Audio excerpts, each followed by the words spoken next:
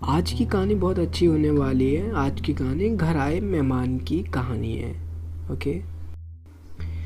राहुल अपनी पत्नी सीमा और अपनी माँ के साथ रहता था। गर्मियों की छुट्टी में राहुल की बुआ फूफा अपने लड़के सोनू के साथ उनके घर रहने आए। घर आते ही फूफा जी राहुल से बोले कि यहाँ तो बहुत गर्मी है,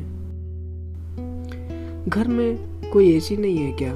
राहुल की माँ ने बोला, भाई साहब अभी कुछ दिन पहले ही राहुल ने अपने कमरे में एसी लगवाया है। यह सुनते ही फूफा जी अपने बेटे से बोले कि सारा सामान राहुल के कमरे में ले गए।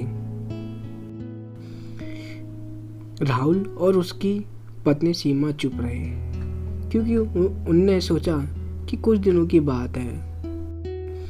इस तरह बुआ फूफा जी को राहुल के घर रहते 1 महीना हो गया। राहुल ने अपनी माँ से पूछा कि बुआ जी कब जाने वाली है?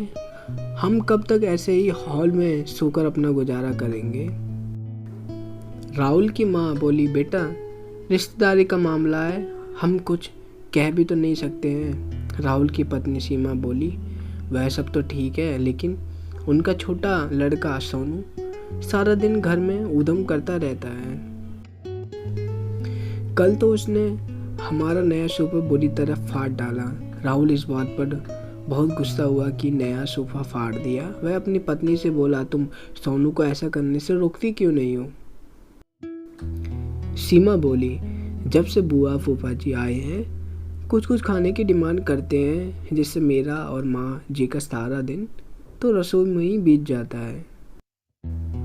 राहुल ने कहा कि मैं अभी जाकर फूफा जी से पूछता हूँ कि वे आखिर कब जाएंगे।